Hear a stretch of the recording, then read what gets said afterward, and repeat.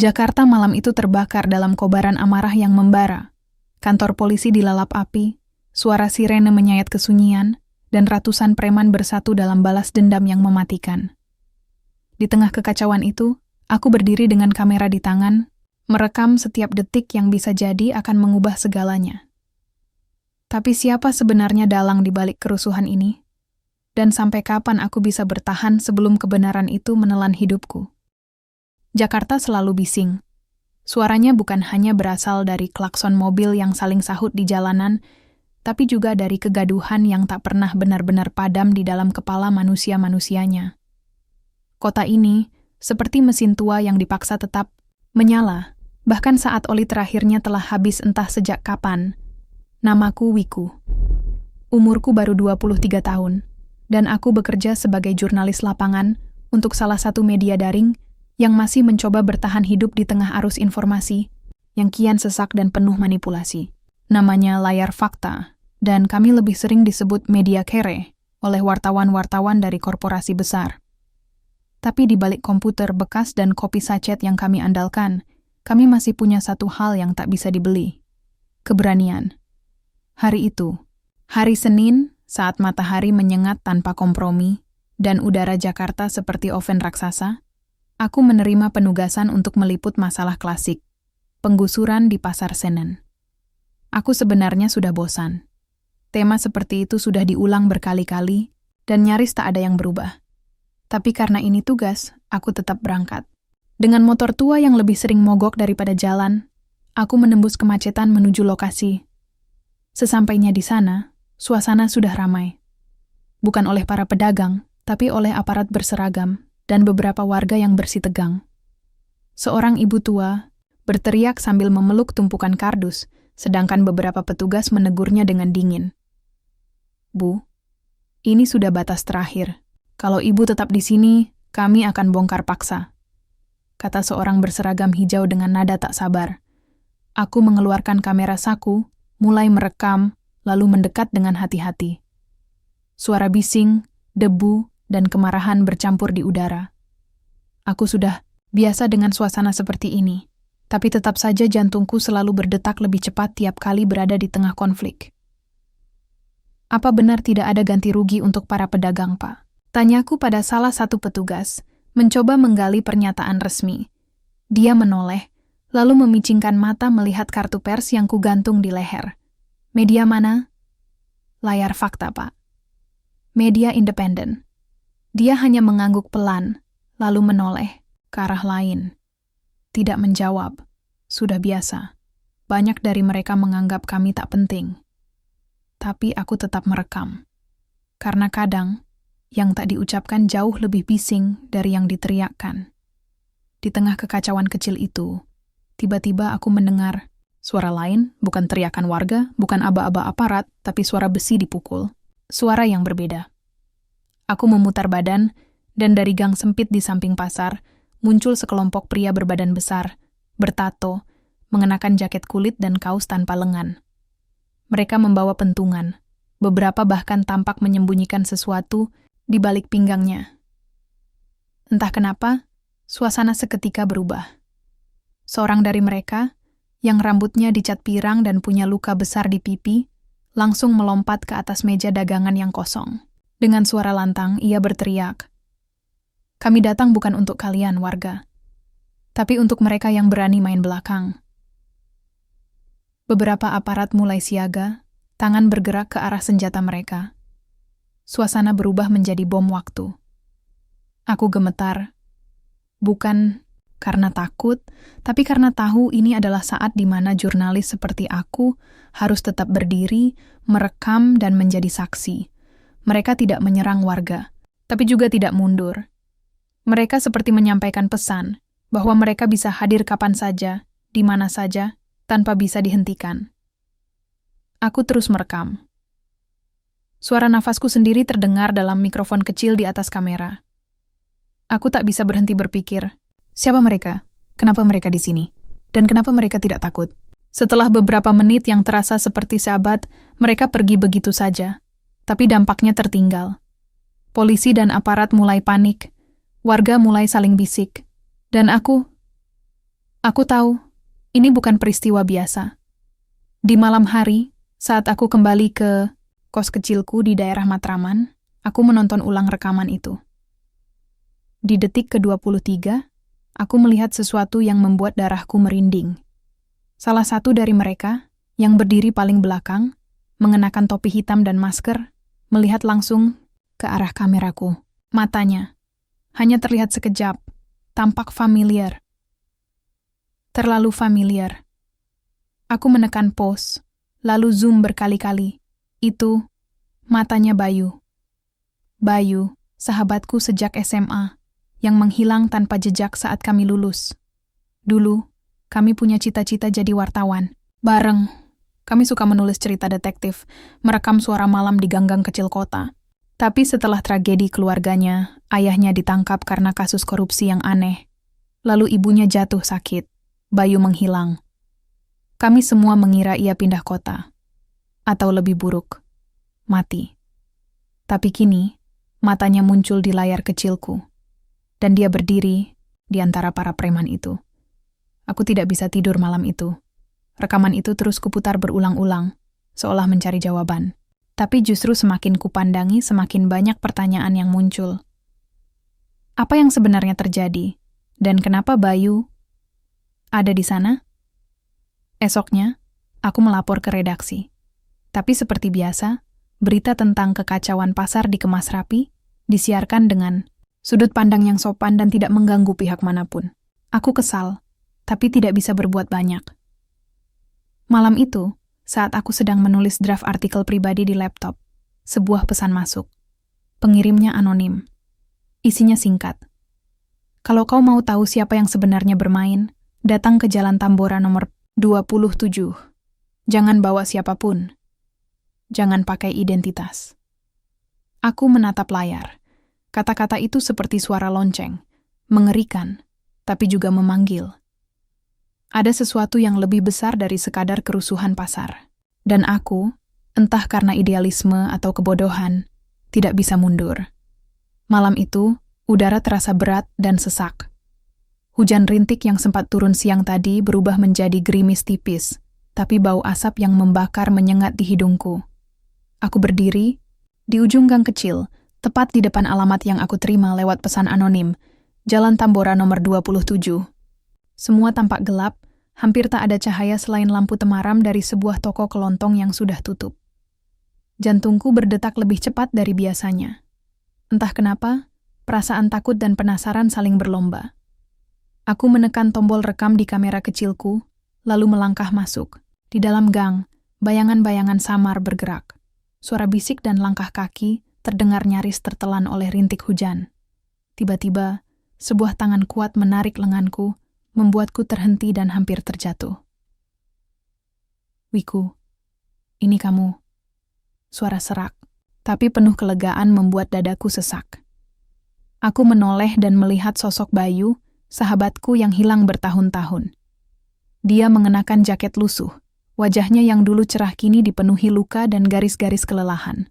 Namun matanya tetap sama, penuh dengan cerita dan rahasia yang belum terucap. Kamu, Bayu? Suaraku bergetar, sulit percaya ini nyata. Ya, aku.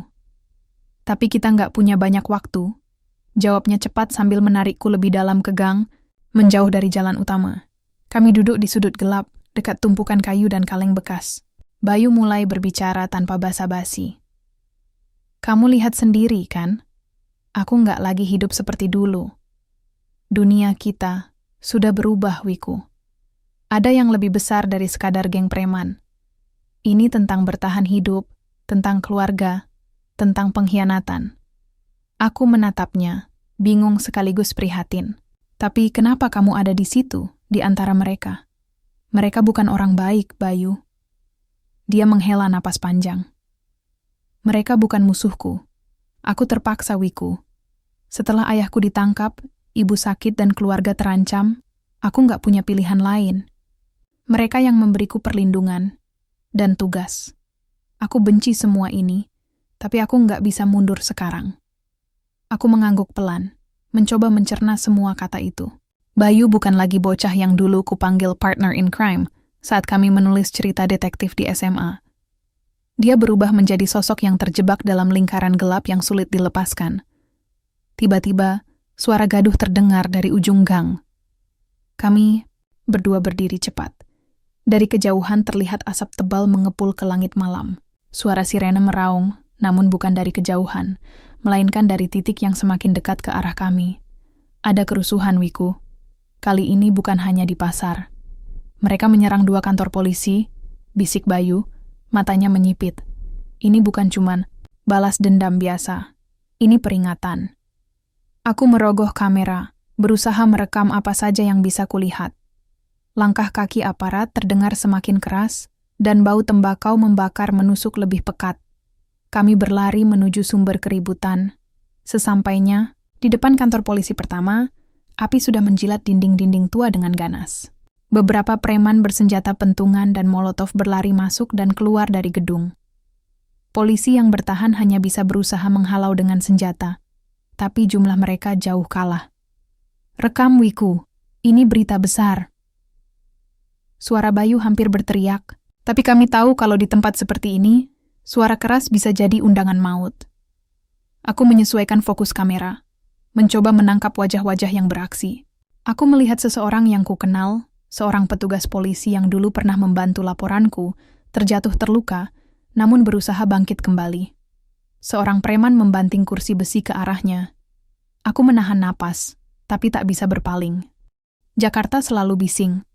Suaranya bukan hanya berasal dari klakson mobil yang saling sahut di jalanan, tapi juga dari kegaduhan yang tak pernah benar-benar padam di dalam kepala manusia-manusianya. Kota ini seperti mesin tua yang dipaksa tetap menyala, bahkan saat oli terakhirnya telah habis entah sejak kapan. Namaku Wiku. Umurku baru 23 tahun, dan aku bekerja sebagai jurnalis lapangan untuk salah satu media daring yang masih mencoba bertahan hidup di tengah arus informasi yang kian sesak dan penuh manipulasi. Namanya Layar Fakta, dan kami lebih sering disebut media kere oleh wartawan-wartawan dari korporasi besar. Tapi di balik komputer bekas dan kopi sachet yang kami andalkan, kami masih punya satu hal yang tak bisa dibeli. Keberanian. Hari itu, hari Senin, saat matahari menyengat tanpa kompromi, dan udara Jakarta seperti oven raksasa, aku menerima penugasan untuk meliput masalah klasik, penggusuran di Pasar Senen. Aku sebenarnya sudah bosan. Tema seperti itu sudah diulang berkali-kali, dan nyaris tak ada yang berubah. Tapi karena ini tugas, aku tetap berangkat. Dengan motor tua yang lebih sering mogok daripada jalan, aku menembus kemacetan menuju lokasi. Sesampainya di sana, suasana sudah ramai. Bukan oleh para pedagang, tapi oleh aparat berseragam dan beberapa warga yang bersitegang. Seorang ibu tua berteriak sambil memeluk tumpukan kardus, sedangkan beberapa petugas menegurnya dengan dingin. Bu, ini sudah batas terakhir. Kalau ibu tetap di sini, kami akan bongkar paksa, kata seorang berseragam hijau dengan nada tak sabar. Aku mengeluarkan kamera saku, mulai merekam, lalu mendekat dengan hati-hati. Suara bising, debu, dan kemarahan bercampur di udara. Aku sudah biasa dengan suasana seperti ini, tapi tetap saja jantungku selalu berdetak lebih cepat tiap kali berada di tengah konflik. Apa benar tidak ada ganti rugi untuk para pedagang, Pak? Tanyaku pada salah satu petugas, mencoba menggali pernyataan resmi. Dia menoleh, lalu memicingkan mata melihat kartu pers yang kugantung di leher. Media mana? Layar Fakta, Pak. Media independen. Dia hanya mengangguk pelan, lalu menoleh ke arah lain. Tidak menjawab. Sudah biasa. Banyak dari mereka menganggap kami tak penting. Tapi aku tetap merekam. Karena kadang, yang tak diucapkan jauh lebih bising dari yang diteriakkan. Di tengah kekacauan kecil itu, tiba-tiba aku mendengar suara lain, bukan teriakan warga, bukan aba-aba aparat, tapi suara besi dipukul. Suara yang berbeda. Aku memutar badan, dan dari gang sempit di samping pasar, muncul sekelompok pria berbadan besar, bertato, mengenakan jaket kulit dan kaos tanpa lengan. Mereka membawa pentungan. Beberapa bahkan tampak menyembunyikan sesuatu di balik pinggangnya. Entah kenapa, suasana seketika berubah. Seorang dari mereka, yang rambutnya dicat pirang dan punya luka besar di pipi, langsung melompat ke atas meja dagangan yang kosong. Dengan suara lantang, ia berteriak, "Kami datang bukan untuk kalian, warga, tapi untuk mereka yang berani main belakang." Beberapa aparat mulai siaga, tangan bergerak ke arah senjata mereka. Suasana berubah menjadi bom waktu. Aku gemetar, bukan karena takut, tapi karena tahu ini adalah saat di mana jurnalis seperti aku harus tetap berdiri, merekam, dan menjadi saksi.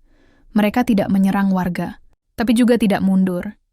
Mereka seperti menyampaikan pesan bahwa mereka bisa hadir kapan saja, di mana saja, tanpa bisa dihentikan. Aku terus merekam. Suara nafasku sendiri terdengar dalam mikrofon kecil di atas kamera. Aku tak bisa berhenti berpikir, siapa mereka? Kenapa mereka di sini? Dan kenapa mereka tidak takut? Setelah beberapa menit yang terasa seperti seabad, mereka pergi begitu saja. Tapi dampaknya tertinggal. Polisi dan aparat mulai panik. Warga mulai saling bisik. Dan aku tahu, ini bukan peristiwa biasa. Di malam hari, saat aku kembali ke kos kecilku di daerah Matraman, aku menonton ulang rekaman itu. Di detik ke-23, aku melihat sesuatu yang membuat darahku merinding. Salah satu dari mereka, yang berdiri paling belakang, mengenakan topi hitam dan masker, melihat langsung ke arah kameraku. Matanya hanya terlihat sekejap, tampak familiar. Terlalu familiar. Aku menekan pause, lalu zoom berkali-kali. Itu matanya Bayu. Bayu, sahabatku sejak SMA, yang menghilang tanpa jejak saat kami lulus. Dulu, kami punya cita-cita jadi wartawan. Bareng, kami suka menulis cerita detektif, merekam suara malam di gang-gang kecil kota. Tapi setelah tragedi keluarganya, ayahnya ditangkap karena kasus korupsi yang aneh. Lalu ibunya jatuh sakit. Bayu menghilang. Kami semua mengira ia pindah kota. Atau lebih buruk, mati. Tapi kini, matanya muncul di layar kecilku. Dan dia berdiri di antara para preman itu. Aku tidak bisa tidur malam itu. Rekaman itu terus kuputar berulang-ulang, seolah mencari jawaban. Tapi justru semakin kupandangi, semakin banyak pertanyaan yang muncul. Apa yang sebenarnya terjadi? Dan kenapa Bayu ada di sana? Esoknya, aku melapor ke redaksi. Tapi seperti biasa, berita tentang kekacauan pasar dikemas rapi, disiarkan dengan sudut pandang yang sopan dan tidak mengganggu pihak manapun. Aku kesal, tapi tidak bisa berbuat banyak. Malam itu, saat aku sedang menulis draft artikel pribadi di laptop, sebuah pesan masuk. Pengirimnya anonim. Isinya singkat. Kalau kau mau tahu siapa yang sebenarnya bermain, datang ke Jalan Tambora nomor 27. Jangan bawa siapapun. Jangan pakai identitas. Aku menatap layar. Kata-kata itu seperti suara lonceng, mengerikan, tapi juga memanggil. Ada sesuatu yang lebih besar dari sekadar kerusuhan pasar. Dan aku, entah karena idealisme atau kebodohan, tidak bisa mundur. Malam itu, udara terasa berat dan sesak. Hujan rintik yang sempat turun siang tadi berubah menjadi gerimis tipis, tapi bau asap yang membakar menyengat di hidungku.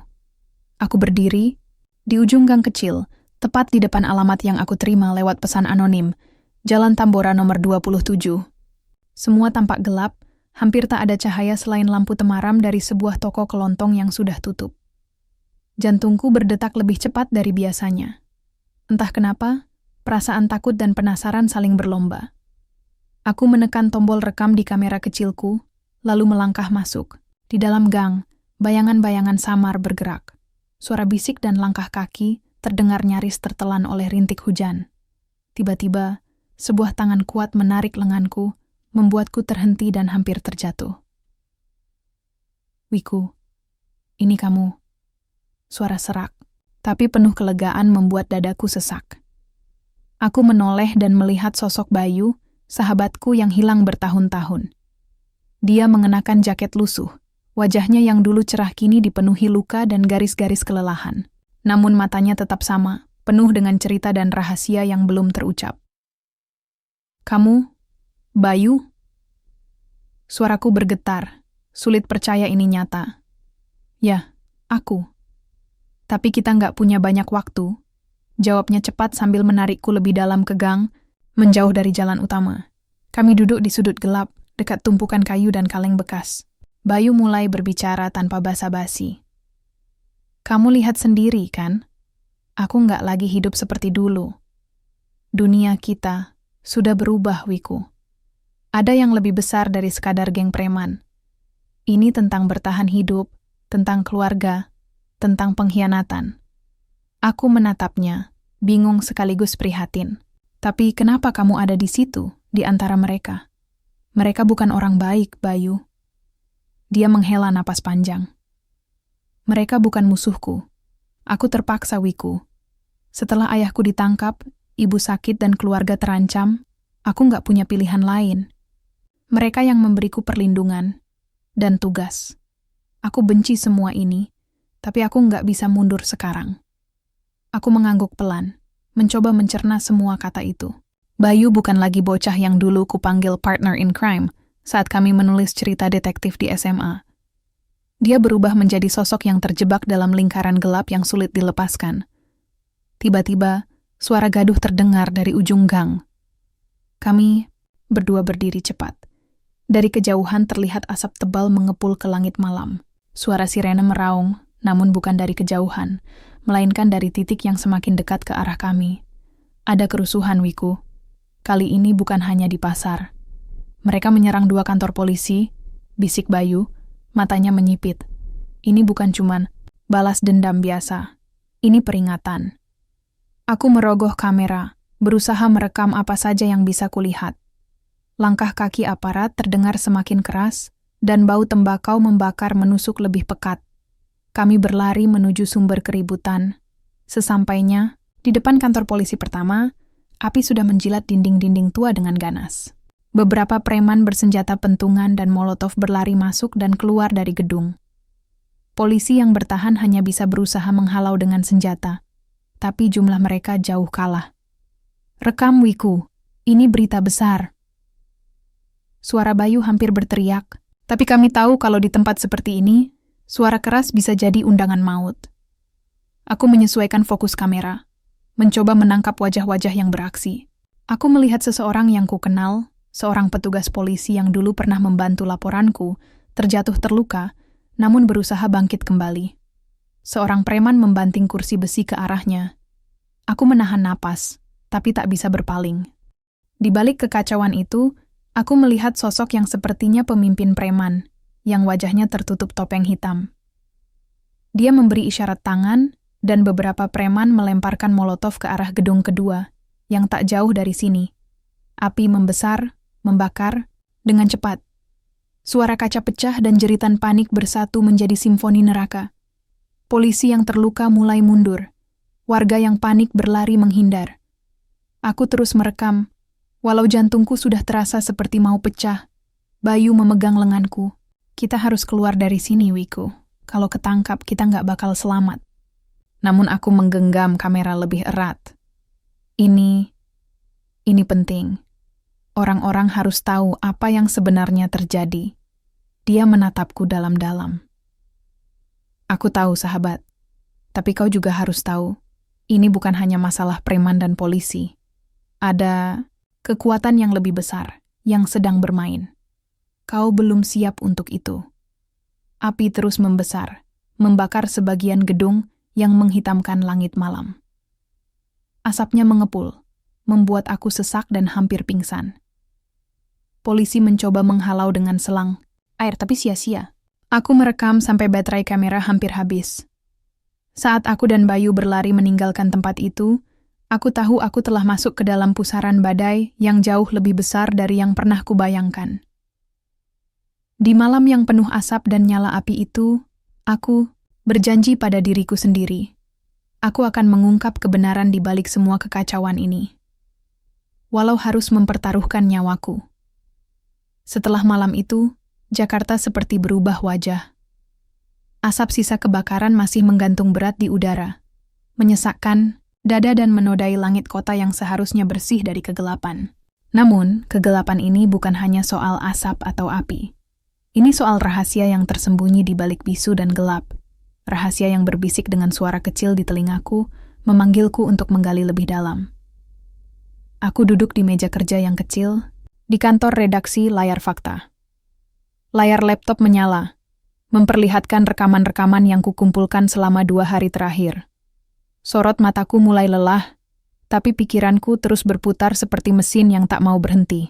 Aku tahu, setiap detik waktu berlalu, berita ini semakin berbahaya untukku dan untuk orang-orang di sekitarku.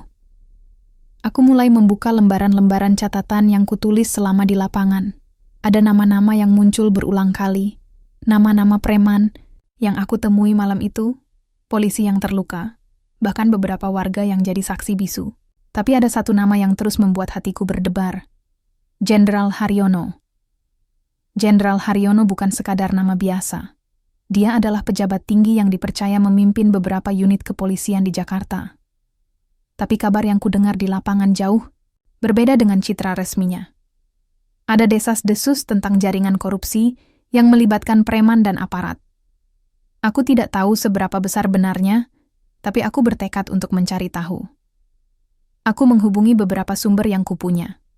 Mulai dari wartawan, senior yang sudah lama bergelut di bidang investigasi, hingga seorang informan kecil yang biasa memberi kabar di balik layar. Mereka memberi kode dan bisikan yang tak selalu jelas, tapi aku tahu petunjuk itu harus kujadikan petunjuk pertama. Malam itu, aku bertemu dengan Pak Amir, seorang mantan polisi yang sekarang jadi pengamat keamanan. Kami duduk di sebuah warung, kopi pinggir jalan, dengan asap rokok mengepul di sekitar kami. Pak Amir, apa benar ada pejabat tinggi yang bermain di belakang kerusuhan ini?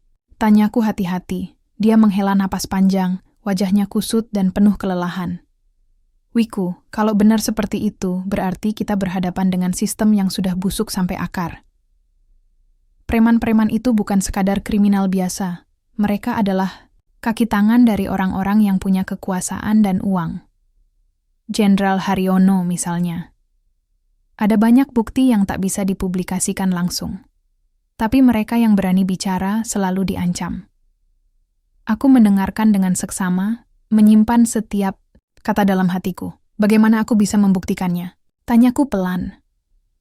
Pak Amir memandangku dalam, lalu menepuk bahuku. Jangan sendirian, nak. Ini perang besar. Kau butuh bukti kuat dan juga perlindungan. Tapi aku percaya, kalau ada yang bisa mengungkapnya, itu adalah orang seperti kau.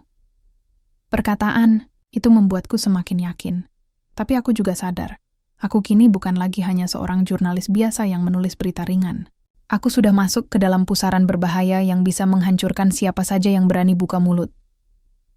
Keesokan harinya aku mulai menyusuri jejak digital.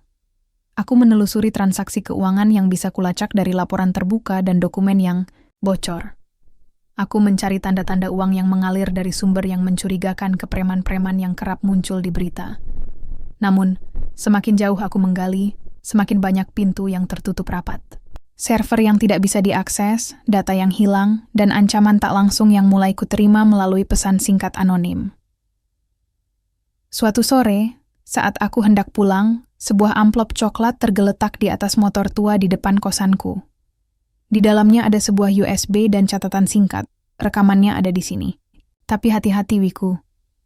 Jangan percaya siapapun selain dirimu sendiri.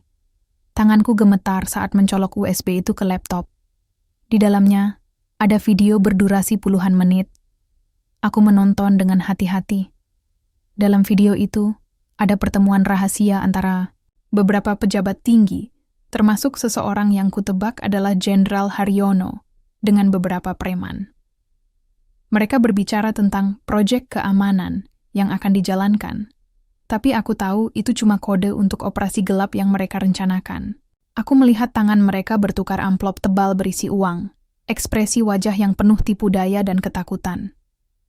Aku tahu, ini bukan sekadar pemberitaan. Ini adalah kunci untuk mengungkap kebenaran yang selama ini disembunyikan.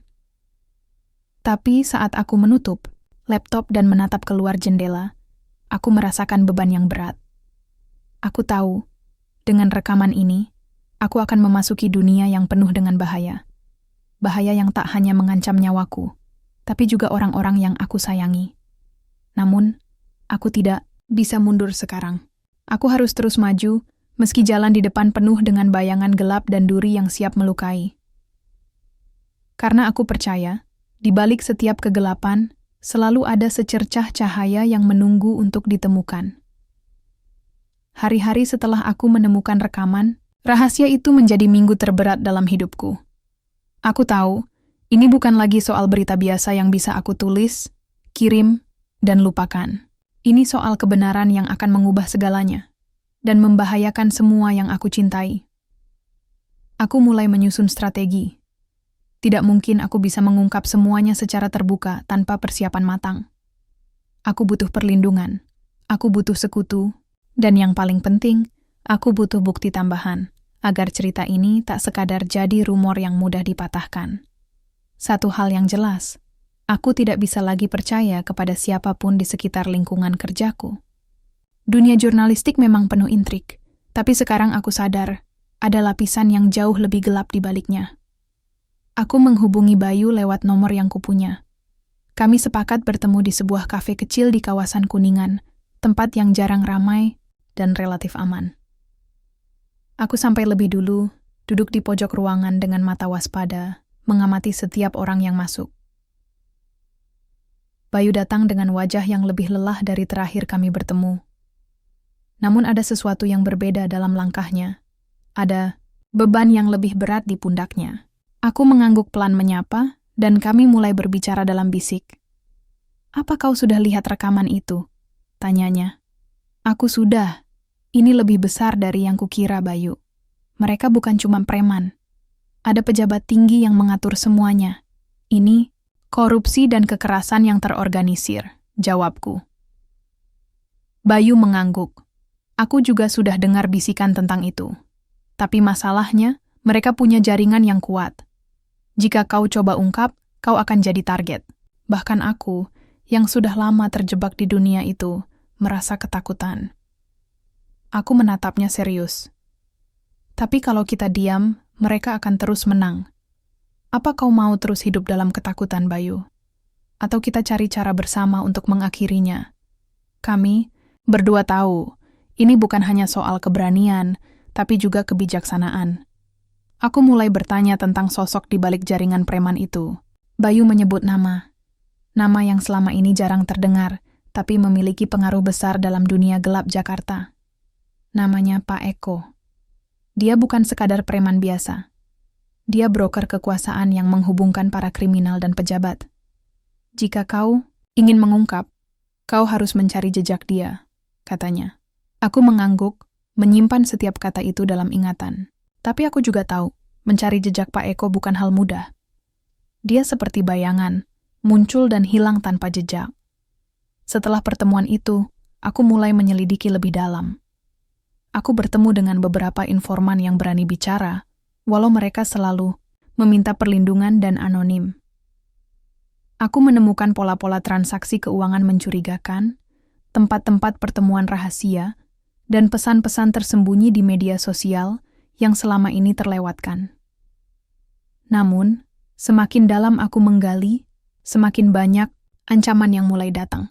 Telepon berdering tengah malam, pesan singkat tanpa pengirim, bahkan beberapa orang yang kukenal mulai menghindariku. Aku tahu, aku sedang memasuki wilayah berbahaya. Suatu malam, saat aku pulang dari redaksi, motor tua yang biasa kupakai didapati, sudah tidak ada di tempat. Aku berlari ke penjaga keamanan. Tapi mereka hanya menggeleng. Ketakutan mulai merayapi tubuhku. Apakah ini peringatan? Atau malah ancaman terselubung? Aku sadar, aku harus lebih berhati-hati. Tapi aku tidak boleh berhenti. Aku menghubungi Bayu, memberitahu apa yang terjadi. Dia menyarankan aku untuk sementara waktu pindah ke tempat yang aman, sambil kami merencanakan langkah berikutnya. Sambil memikirkan langkah selanjutnya, aku kembali membuka rekaman dan dokumen yang kupunya. Di satu rekaman, aku melihat seseorang yang tak pernah kusangka, seorang pejabat muda yang sering tampil di berita, tampak berbicara serius dengan Pak Eko di sebuah restoran mewah. Aku tahu, ini bukan kebetulan. Mereka adalah bagian dari jaringan yang sama. Ini jaringan yang harus aku bongkar, walau harus merelakan apapun. Semakin malam, Bayangan dan bisikan tentang kebenaran itu semakin nyata. Aku tahu, aku harus berani melangkah lebih jauh. Karena dalam dunia yang penuh kebohongan, hanya keberanian yang bisa menerangi gelap. Dan aku sudah siap menerimanya. Setelah kehilangan motor dan mendapat ancaman terselubung, aku mulai merasakan tekanan yang nyata. Jakarta yang selama ini kukenal berubah menjadi labirin penuh bahaya. Setiap langkah, setiap tatapan orang asing di jalan bisa jadi jebakan. Aku harus berhati-hati, tapi aku tak boleh mundur. Ada sesuatu yang lebih besar dari rasa takutku. Aku pindah sementara ke sebuah apartemen kecil yang disewakan oleh seorang teman lama yang ku kenal sejak kuliah. Tempat itu cukup aman, tersembunyi di antara gedung-gedung tinggi Jakarta Selatan, jauh dari hiruk-pikuk dan pengawasan yang mungkin mengintai. Di sana, aku duduk berjam-jam memeriksa rekaman, menelusuri setiap detil dengan seksama. Aku mengulang-ulang potongan video yang menunjukkan pertemuan rahasia antara pejabat dan preman. Ada wajah-wajah yang kugali, nama-nama yang kugali dari database lama, hingga akhirnya aku menemukan sesuatu yang mengejutkan. Sebuah kode rahasia yang tampaknya digunakan untuk komunikasi dalam jaringan itu. Aku menghubungi seorang ahli teknologi yang dulu bekerja di lembaga keamanan cyber. Namanya Raka. Kami bertemu di sebuah kafe yang penuh dengan orang-orang muda dan bau kopi yang menyengat. Raka memeriksa kode yang kukirim dan tersenyum samar. Kode ini kompleks, Wiku. Tapi bukan tidak bisa dipecahkan. Ini seperti bahasa rahasia dalam dunia maya mereka, katanya. Dia membantu mengurai pesan-pesan yang tersembunyi, yang ternyata berisi lokasi pertemuan, daftar nama yang terlibat, dan rencana operasi yang akan datang. Ini bukan hanya soal preman dan polisi. Ini tentang penguasaan wilayah dan kontrol kekuasaan yang dibungkus dengan politik kotor. Semakin aku tahu, semakin aku sadar, aku bukan lagi sekadar jurnalis yang ingin mengungkap berita. Aku sudah masuk ke wilayah yang bisa mengubah nasib banyak orang, termasuk nyawaku sendiri. Di tengah semua ini, aku juga mulai merasa dilema. Rekan-rekan di kantor mulai menanyakan kapan aku akan menyerahkan berita besar itu. Mereka mendesakku agar segera dipublikasikan. Namun aku tahu, jika berita ini keluar terlalu cepat tanpa perlindungan dan bukti kuat, aku dan orang-orang yang kupedulikan akan jadi sasaran empuk. Sementara itu, Bayu terus memberiku informasi dari dalam dunia preman. Dia berusaha menjaga jarak dari orang-orang lama, tapi dia juga tahu waktu mereka makin sempit. Preman-preman itu mulai resah dan ada yang sudah mulai bertindak liar, membuat situasi semakin tak terkendali. Aku merasakan tekanan itu semakin nyata ketika suatu malam sebuah suara asing menyelinap masuk ke teleponku. Suara itu dingin dan tajam, dengan ancaman terselubung. Kau sudah terlalu dalam, Wiku. Hentikan, atau kau akan menyesal. Aku tidak membalas. Tapi pesan itu seperti cambuk yang memicu adrenalin dan rasa takut bersatu. Aku harus segera bertindak. Aku mengundang Bayu ke apartemen untuk merumuskan rencana bersama. Kami tahu, tanpa perlindungan dari orang-orang yang bisa dipercaya, kami tak akan mampu bertahan. Ini bukan lagi soal kita, Wiku. Ini soal banyak orang yang terjebak dalam permainan ini, kata Bayu dengan suara berat. Aku mengangguk. Aku harus mengungkap semuanya, tapi aku butuh cara. Kami menyusun strategi untuk menghubungi seorang wartawan senior yang sudah terkenal dengan keberaniannya membongkar kasus korupsi. Namanya Sari. Aku berharap dengan bantuan Sari, kami bisa mempublikasikan berita ini secara aman dan mendapatkan perlindungan yang layak. Namun, saat aku sedang mempersiapkan pesan untuk Sari, aku dikejutkan oleh ketukan di pintu apartemen. Jantungku serasa berhenti. Bayu mengintip melalui lubang pengintai dan wajahnya berubah. Wiku, ada 2 orang di luar. Mereka bilang dari kepolisian. Aku tahu, ini sudah waktunya. Aku harus siap menghadapi apapun yang akan terjadi. Ketukan di pintu itu terdengar seperti guntur yang menggelegar di tengah malam. Jantungku berdegup kencang. Adrenalin membanjiri setiap urat saraf. Bayu menatapku penuh waspada. 2 sosok pria berpakaian rapi, namun dengan aura yang tidak sepenuhnya meyakinkan, berdiri di depan pintu. "Apa maksud kalian datang malam-malam begini?" Tanyaku dengan suara serak, berusaha tetap tenang meski hatiku bergemuruh. Salah satu pria itu mengangkat lencana polisi yang ia perlihatkan sekilas. "Kami dari polisi. Kami ingin bicara soal laporan Anda terkait kerusuhan yang terjadi beberapa hari lalu." Aku menahan napas. Apakah ini benar? Atau jebakan yang selama ini aku takutkan? Bayu memberi isyarat agar aku tenang. "Boleh kami masuk?" Tambah pria itu. Suaranya datar, tapi ada ketegasan yang sulit diabaikan. Aku mengangguk pelan dan membuka pintu. Sesaat setelah mereka masuk, aku merasa suasana berubah. Ada ketegangan yang tak bisa kusembunyikan. Pria yang memimpin mulai berbicara, menanyakan berbagai hal tentang investigasi yang sedang kulakukan. Mereka mencoba menggali informasi sebanyak mungkin. Tapi aku tahu ini lebih dari sekadar tanya jawab biasa. Mereka ingin tahu siapa yang memberiku informasi, siapa yang membantuku, dan apa bukti kuat yang kumiliki. Aku memilih kata-kata dengan hati-hati, menjawab seperlunya tanpa membuka semua rahasia. Tiba-tiba, Bayu yang duduk di sudut ruangan berdiri. "Kalian tidak bisa main-main dengan ini. Aku tahu ada yang mengendalikan semuanya dari balik layar. Kalian polisi atau kaki tangan mereka?" Salah satu pria itu menatap Bayu dengan tajam. "Kamu tahu terlalu banyak, Bayu." Suasana menjadi panas. Aku tahu kami sudah terpojok. Tanpa aba-aba, Bayu bergerak cepat, melempar sebuah kursi ke arah mereka, dan mendorong pintu masuk ke dapur. Aku mengikuti dengan langkah tergesa, mencoba menghindari kontak langsung. Di luar apartemen, suara sirene mulai terdengar mendekat. Suara ribut dan teriakan memenuhi lorong sempit itu. Aku menatap Bayu. Apa yang terjadi? Ada kerusuhan. Lagi. Preman-preman mulai bergerak, jawabnya. Kami keluar dari pintu belakang, menuju gang sempit yang gelap.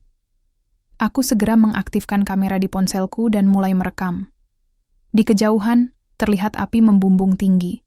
2 kantor polisi, yang sebelumnya sempat kudatangi, kini dalam kobaran api yang mengerikan. Orang-orang berteriak, berlarian, saling dorong, dan saling serang. Ada suara ledakan kecil, suara kaca pecah, dan teriakan putus asa. Aku merekam setiap momen dengan tangan gemetar, tapi mata tetap fokus. Ini bukan hanya kerusuhan biasa. Ini adalah perang terbuka antara preman dan aparat, sebuah pertarungan yang sudah dirancang sejak lama oleh kekuatan yang tak terlihat. Dalam kepanikan itu, aku melihat sosok yang tak kuharapkan. Seorang pria dengan wajah yang sangat kukenal. Wajah itu membawa nostalgia yang menyakitkan. Itu adalah Raka, sahabat lama yang hilang bertahun-tahun lalu, yang selama ini kuanggap telah hilang dari hidupku. Tapi sekarang dia berdiri di tengah kekacauan, bersama para preman yang memprotes dengan amarah yang membara. Seketika, kenangan lama menghantam pikiranku. Bagaimana mungkin dia ada di sini? Bagaimana mungkin dia bisa terjerumus ke dunia yang penuh darah dan api ini? Aku menurunkan kamera dan berjalan mendekat, berusaha memanggil namanya. Tapi sebelum aku sempat bicara, suara tembakan terdengar. Orang-orang mulai berlarian mencari perlindungan. Aku terpaku, bingung antara rasa takut dan keinginan kuat untuk menyelamatkan sahabat yang dulu begitu kupercayai. Api yang membakar kantor polisi itu bukan hanya membakar bangunan. Api itu membakar harapan, menghanguskan batas antara kebenaran dan kebohongan, antara persahabatan dan pengkhianatan. Aku berdiri di sana, di tengah kobaran api dan kerusuhan, menyadari bahwa aku harus segera memilih jalan. Apakah aku akan tetap mengungkap kebenaran, atau membiarkan kegelapan ini menelan semuanya? Aku berdiri terpaku, menatap sosok Raka yang kini berada tepat di hadapanku, di tengah kobaran api dan pekikan amarah yang meluap dari kerumunan. Wajahnya yang dulu penuh semangat dan tawa, kini berubah menjadi bayangan yang sulit ku kenal. Ada kelelahan dan amarah yang membara di matanya. Namun, yang paling membekas adalah luka yang terlihat dalam setiap gerakannya. Luka yang tak kuharapkan, hadir dari sahabatku sendiri. Raka? Suaraku gemetar. seolah tak percaya dia ada di sini, di tengah pertikaian yang mematikan ini. Dia menoleh, menatapku sejenak dengan mata yang penuh konflik. Wiku, aku tidak ingin kau tahu ini, tapi aku tidak punya pilihan, katanya serak. Sebelum aku sempat bertanya lebih jauh, suara tembakan lagi memecah malam. Kami berdua spontan menunduk. Kerusuhan semakin brutal. Para preman dan aparat saling bertukar serangan. Entah siapa yang memulai, entah siapa yang akan berhenti. Tapi, aku tahu satu hal. Di tengah kerusuhan ini, aku harus tetap berdiri. Harus tetap mencari kebenaran. Aku menyelinap di sela kerumunan, mencoba tetap merekam dan mencatat setiap detil. Tapi pikiranku terus tertuju pada Raka. Apa yang sebenarnya terjadi, Ra? Kenapa kau di sini? Apa kau masih sahabatku atau sudah jadi musuh? Dia menghela napas panjang. Aku terpaksa, Wi. Setelah hilang dari kehidupanmu, aku tidak punya jalan lain. Keluargaku terancam, dan dunia preman ini yang menyelamatkanku. Aku benci, tapi aku harus melindungi mereka. Aku terdiam. Rasanya dunia yang selama ini kupahami hancur berantakan. Sahabat yang hilang selama bertahun-tahun ternyata menjadi bagian dari kegelapan yang kubenci. Di tengah percakapan kami yang singkat itu, suara sirene semakin mendekat. Polisi cadangan datang, memperkuat barisan, namun preman-preman yang sudah marah tak mau mundur. Mereka membalas dengan kekuatan penuh. Sebuah bom molotov melayang dan meledak tak jauh dari kami, menyemburkan api dan asap pekat. Aku merasakan jantungku berdegup kencang. Tetapi aku tahu aku tidak boleh panik. Aku harus tetap tenang, harus tetap fokus. Wiku, kau harus pergi dari sini, desak Raka.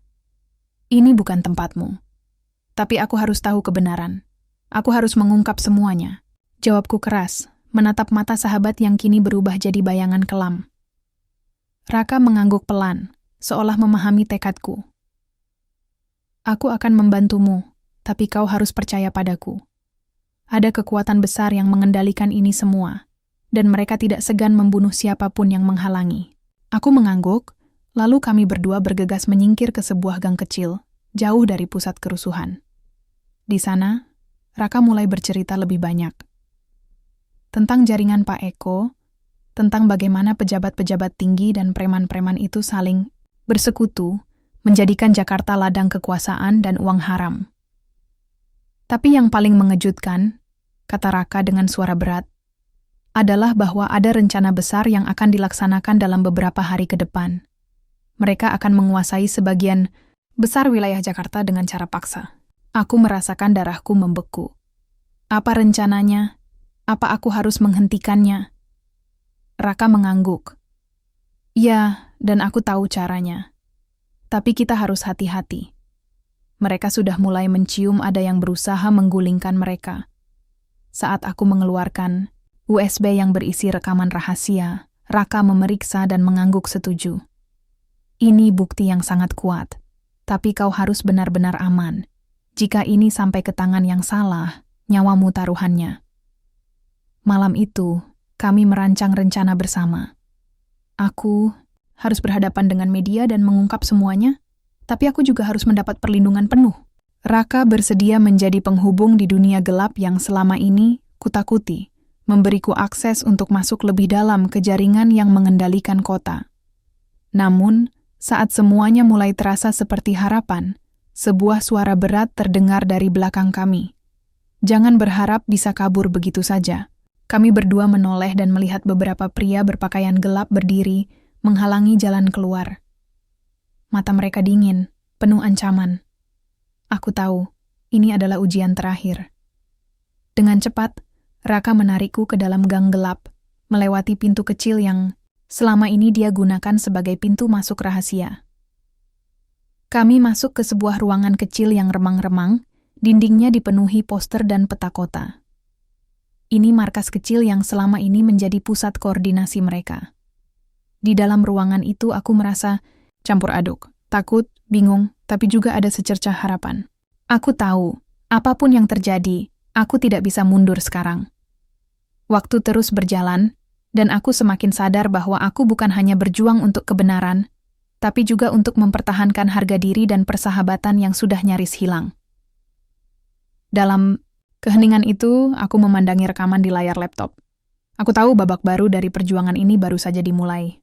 Api yang membakar kota ini bukan hanya api di jalanan, tapi juga api dalam hatiku yang tak akan pernah padam.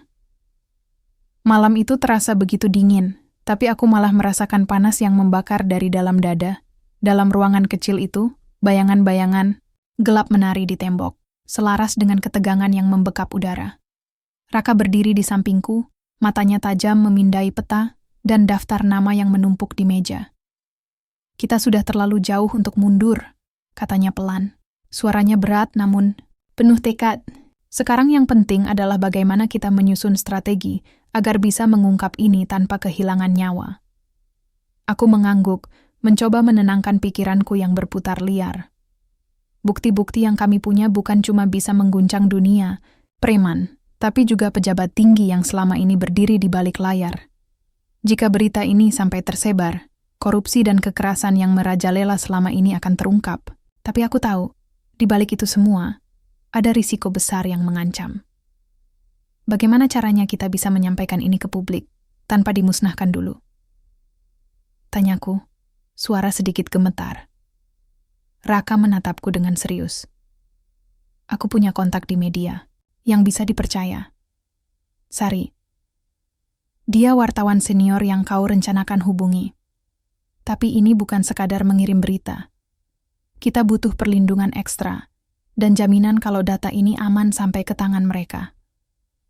Aku mengangguk pelan, mengingat kembali pertemuanku sebelumnya dengan Sari, sosok yang selama ini terkenal dengan keberaniannya dalam membongkar kasus korupsi. Aku tahu, tanpa dia, rencana kami akan sia-sia. Kami menghabiskan malam itu menyusun dokumen dan rekaman, membuat salinan yang tersembunyi di beberapa perangkat. Setiap detil dipastikan aman, setiap bukti dijaga dengan ketat. Tapi di balik semua, persiapan itu hatiku tak bisa berhenti bertanya, apakah aku benar-benar siap menghadapi konsekuensi ini? Pagi datang dengan berita buruk. Ponselku bergetar hebat. Pesan tanpa pengirim muncul di layar. Kamu terlalu dekat dengan kebenaran. Hentikan, atau kau akan kehilangan lebih dari yang kau kira. Kepanikan mulai merayap. Aku menatap Raka. Mereka tahu kita bergerak. Dia mengangguk dingin. Ini peringatan. Kita harus lebih hati-hati. Tanpa menunggu lama, aku menghubungi Sari. Suara wanita itu di telepon terdengar tegas dan siap. Kita akan bertemu malam ini. Aku akan bawa timku. Kita harus pastikan ini benar-benar terlindungi, katanya. Malamnya, aku bertemu Sari di sebuah kafe tersembunyi. Wajahnya serius dan penuh kewaspadaan. Dia membawa beberapa orang yang kurasa adalah tim jurnalisnya. Semua siap untuk menghadapi bahaya. Namun sebelum kami mulai membahas strategi, sebuah suara asing terdengar dari sudut ruangan. Kau pikir bisa bermain di dua sisi dan keluar tanpa luka? Aku membeku. Suara itu membuat darahku membeku. Dari bayang-bayang, muncul sosok yang kukenal terlalu baik. Bayu. Dia melangkah maju dengan senyum getir yang sulit dibaca. Maaf, Wiku. Aku tidak punya pilihan lain. Aku tertegun. Bayu, teman satu tim yang selama ini kuanggap sekutu, kini berdiri di sisi musuh. Aku tidak tahu harus berkata apa. Pengkhianatan ini terasa seperti pisau tajam yang menusuk punggung. Sari menatap Bayu dengan curiga. Apa maksudmu? Bayu menghela napas. Aku sudah lama bekerja untuk mereka, untuk menjaga agar semuanya tetap terkendali. Tapi ketika kau mulai menggali terlalu dalam, aku harus melaporkan. Ini bukan soal benci, tapi bertahan hidup. Raka mendekat, wajahnya berubah garang. Bayu, kau bisa pilih jalan lain. Kami bisa bantu keluarkan kau dari dunia ini. Tapi, Bayu hanya menggeleng. Terlambat untuk itu. Aku harus melakukan ini. Ketegangan memenuhi ruangan. Aku merasakan dunia runtuh di sekelilingku. Teman yang hilang, sahabat yang kuanggap setia, kini menjadi bagian dari kegelapan yang kutentang. Namun, aku tahu ini bukan waktu untuk menyerah. Aku menguatkan suara. Aku tidak akan berhenti. Kebenaran harus keluar. Apapun resikonya. Bayu memandangku dalam-dalam. Kalau begitu, kau sudah memilih jalanmu sendiri. Saat itu, aku mendengar suara langkah kaki di pintu. Beberapa pria, berpakaian gelap masuk, mengepung kami. Pertarungan singkat pecah. Dalam kekacauan itu, aku berusaha melindungi Sari dan timnya, sambil mencari celah untuk melarikan diri. Raka membantu dengan sigap, menangkis serangan dan mengatur strategi. Kami keluar dari kafe itu dengan susah payah, tapi aku tahu perang belum selesai. Ini baru permulaan. Di jalan yang gelap dan basah oleh hujan, aku berbisik pada diri sendiri, apa arti persahabatan jika harus dibayar dengan pengkhianatan? Api kerusuhan yang membakar Jakarta mungkin sudah mulai padam di jalanan, tapi dalam hatiku, api perjuangan dan pengkhianatan itu terus menyala. Hujan deras mengguyur jalanan Jakarta ketika kami berlari menjauh dari kafe itu. Suara sirene masih bergema di kejauhan, namun kini jauh lebih samar dibanding deru jantungku yang berdetak kencang. Aku menatap wajah Raka, yang sama terengahnya denganku, tapi matanya menyimpan tekad kuat. Sari dan timnya mengikuti kami dengan langkah cepat, membawa dokumen dan rekaman yang sangat berharga itu. Kita tidak bisa terus begini, kata Sari. Suaranya hampir tenggelam oleh suara hujan. Mereka akan terus memburu kita sampai semua bukti itu hilang. Aku mengangguk. Kita harus cari tempat aman, tempat di mana kita bisa mengunggah semua ini ke publik. Jika tidak, semua usaha kita akan sia-sia. Raka memeriksa ponsel yang basah oleh air hujan, lalu mengangkat kepala dengan ekspresi serius. Ada sebuah gudang tua di pinggir kota, tempat yang jarang dilalui orang. Aku punya kenalan di sana yang bisa bantu kami mengamankan data dan jaringan. Kami menyusuri gang-gang sempit yang tergenang air, menghindari perhatian. Setiap suara di sekitar terasa mengancam. Aku merasakan tatapan kosong dan dingin dari setiap sudut gelap yang kami lewati.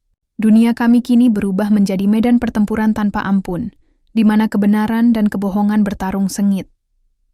Sesampainya di gudang itu, kami langsung bergegas mengatur peralatan.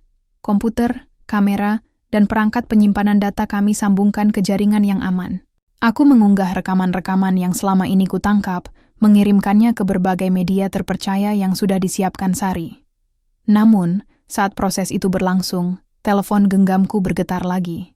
Pesan misterius yang sama muncul. Berhentilah, atau kau akan kehilangan segalanya.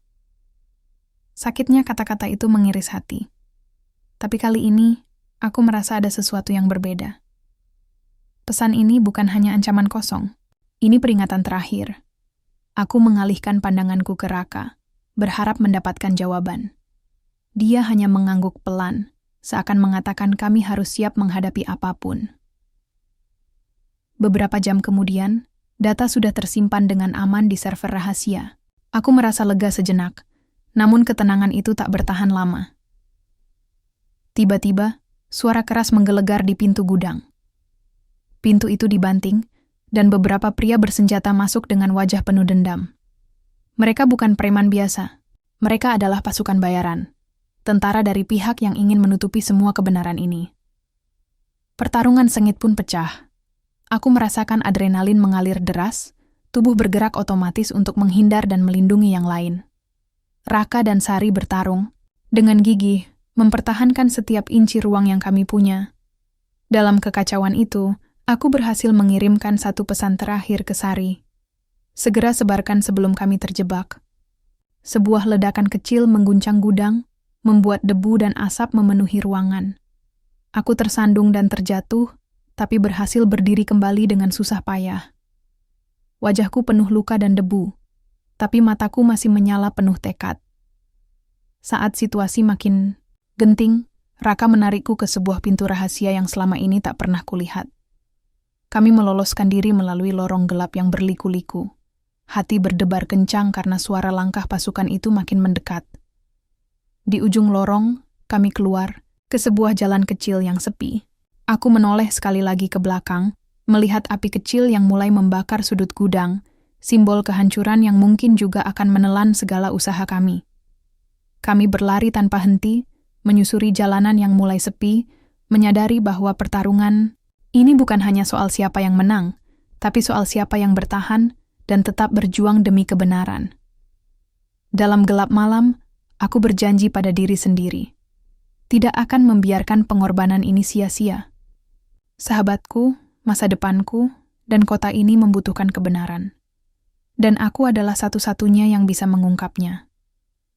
Kota Jakarta perlahan kembali tenang, tapi dalam hatiku badai masih berkecamuk.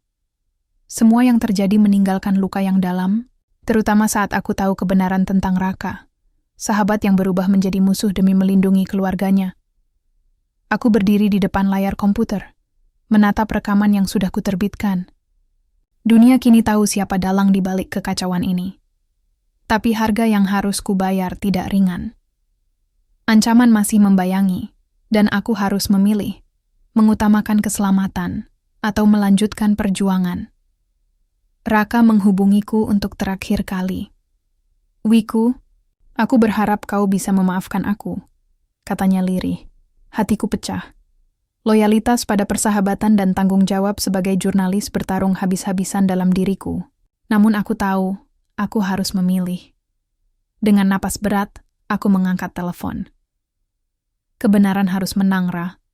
Aku tak akan mundur. Disinilah aku berdiri sekarang, di persimpangan antara rasa sakit dan keberanian. Perjuangan belum usai, tapi aku siap menghadapi apapun demi masa depan yang lebih baik.